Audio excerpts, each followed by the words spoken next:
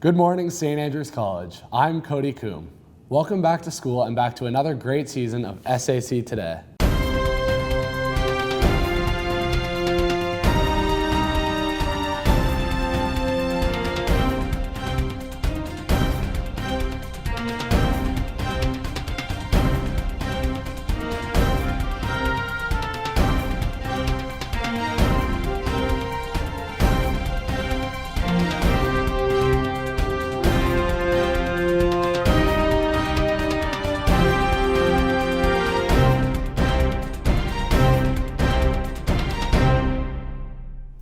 Last spring, a new group of students were elected as our student prefect leaders. Senior correspondent Tyler Oledick spoke with Deputy Head Prefect Tony He about the year ahead and the prefect's theme.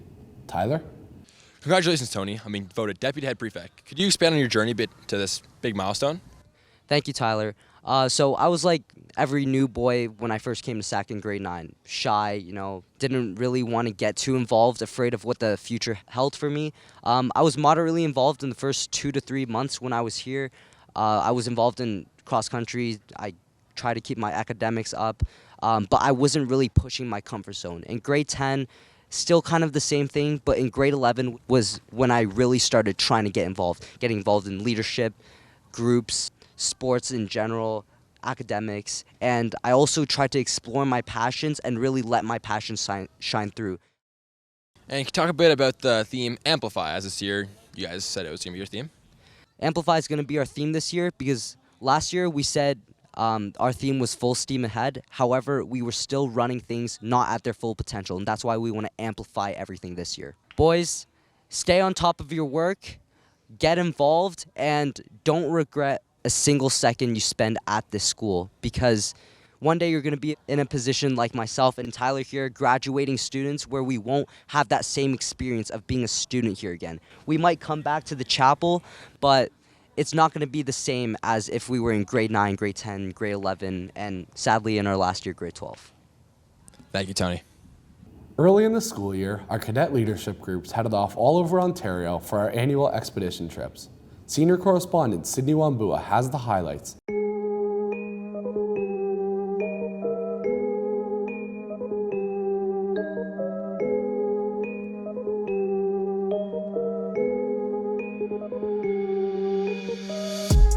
What they know about me, they don't need sympathy.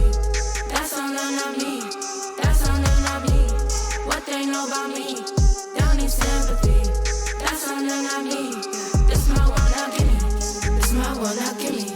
This my world, now give me. This my world, now give me. This my world, now give me. This my world, now give me. This my world, now give me. This my world, now give me. This my world, now give me. With our new sister school, St. Anne's, hosting their inaugural year right here on campus. Senior correspondent Jojo Criswick asked some of the new students about their experiences at the Signet Center so far. Jojo? Okay, so could you introduce yourself?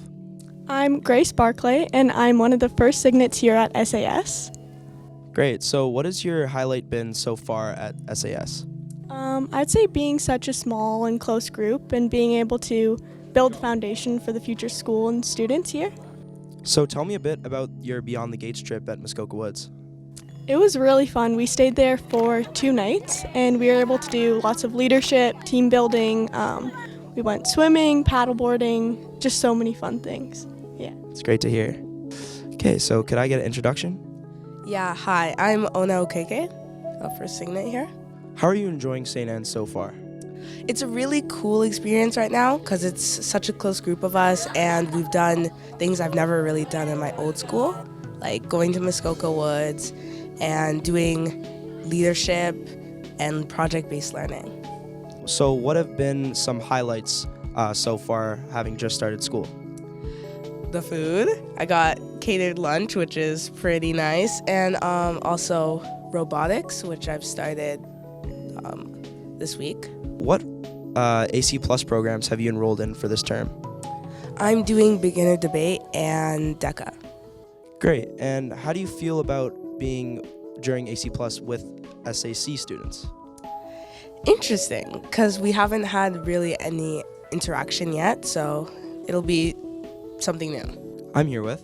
Lauren Galliford from St. Anne's. How's your experience been at SAS so far?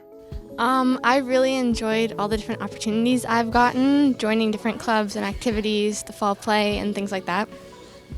You mentioned the fall play. How has that been like so far, being with SAC students as one of the more integrated activities here at St. Andrews? I've personally really enjoyed it because it's an environment where I get to know a lot more people than just the people that are here at SAS. So there's them, but there's also girls from other schools as well as the guys from SAC. So I get to know a lot more people, and it's like another community I get to be a part of. So you talk about being a part of this new community. So how has that been, throughout different aspects of the school life? It's been really exciting, especially with here at St. Anne's, because my school before had 150 kids in one grade. So as much as you get to know people, you aren't close with a lot of them. Whereas here, even in the past week or two, I've become significantly closer to a lot of people than I had at my old school after 8 years. Wow. Thank you so much for your time, Lauren. Thank you too. Last week, St. Andrews observed the National Day for Truth and Reconciliation with everyone wearing orange t-shirts. Students took in information, art displays, and a pledge book in the gallery, along with important messaging and chaplain advisory. I had the chance to sit down with grade 10 student Will Collis, whose grandmother and great uncle survived Canada's terrifying residential school system. Let's take a look. I'm joined by grade 10 student Will Collis. Thanks so much for speaking with us today, Will. Thank you, Cody. Very happy to be here. So I guess let's get it started by asking a little bit about yourself and some of your favorite experiences at St. Andrews so far. Yeah, so I joined St. Andrews about 2 years ago when I was in grade 8. I play U16 football here at the school. I'm in Laidlaw House. I was born and raised in Markham, and I still live there. So everything's been great. I really was very satisfied with Truth and Reconciliation Day last year. This year, I'd like to see a lot more Indigenous faces come and speak at the school. It's really great to see the topic of residential schools finally be recognized after such a long time. It is very, very gruesome, but yet is a very important piece of history. I understand your grandmother was a residential school survivor, actually. So could you maybe tell us about some of the experiences or stories she's told you about? Yeah, so actually my grandmother and my great uncle were both residential school survivors. They were split apart from their parents, and unfortunately were split apart from each other, put into different sides of the school. Upon arrival, children were forced to cut their braids off, which had spiritual meaning to them as closer bonds with their ancestors or families. They would also scrub the skin of the children as means of cleaning off the filth, referring to their brown skin color. They also replaced the names of the children with more of a Western Christian name, and some schools even named them by numbers instead of actual names. There were also punishments put into place for kids who disobeyed the rules, such as speaking their own native language. These punishments consisted of either getting slapped by a ruler, eating a bar of soap, or even more extreme punishments, such as being locked up in a cage and not being able to eat. And most of the deaths were by either self-harm or starvation. The funny thing is, I've known about graves since I was like 7. I've known that for a long, long time. I remember telling people when I was still very young. No one believed me. That was very, very interesting. And what concerns me the most is a lot of these deaths, and is not mentioned at all, a lot of the deaths, there is still unmarked graves, but a lot of the bodies have also been cremated. So we will possibly never find these lost children.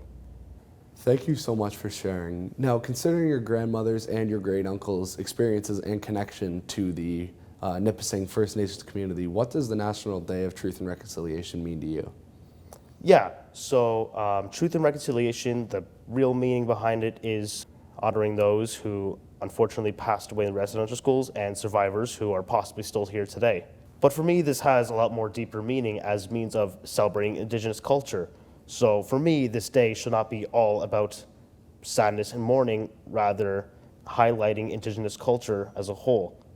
And finally, do you have a message you'd like to share to the Andrian community? Yes, I do. Andrians, be aware of what's going on in the world, because you'll never know it was bad until it ends. People didn't even know that residential schools even existed, and here we are today mourning the loss of thousands of children, possibly even more. So it is very important that we keep our eyes open for the future to make sure that history will not repeat itself. Thank you so much again for sharing your insight and your voice with all of us, Will. It is my pleasure. Thank you, Cody. Finally, our fall sports have kicked off the year with a full schedule of teams and games for the first time in 2 years.